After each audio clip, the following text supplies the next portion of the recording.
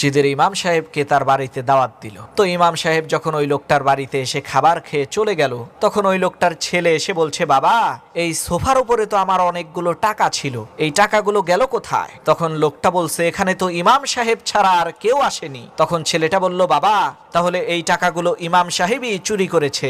ছেলের এই কথা শুনে ওই লোকটা বলে উঠল, আরে বলো কি, ইমাম সাহেব তো খুবই পরহেজগার মানুষ, তার তো এই ধরনের কাজ করার কোনো কথা না। যদি তিনি করেও থাকে তবুও তার সামনে গিয়ে এই কথা জিজ্ঞেস করার সাহস আমার নাই। পরের বছর ইমাম সাহেব যখন আবার ওই বাড়িতে দাওয়াত খেতে এসেছে, তখন ওই লোকটার ছেলে ইমাম সাহেবকে বলছে, হুজুর কিছু মনে কইরেন না, গত বছর যখন আপনি আমাদের এখানে দাওয়াত খেতে এসেছিলেন এই সোফার উপরে অনেকগুলো টাকা ছিল, আপনি এখান থেকে চলে যাওয়ার পর টাকাগুলো আমি আর পাইনি। ছেলেটার এই কথা শুনে হুজুর কান্না করা শুরু করলো এবং বলতে থাকলো, আমি এই কারণে কান্না করছি না যে তুমি আমার উপরে চুরির অপবাদ দিয়েছো, আমি তো কান্না করছি এই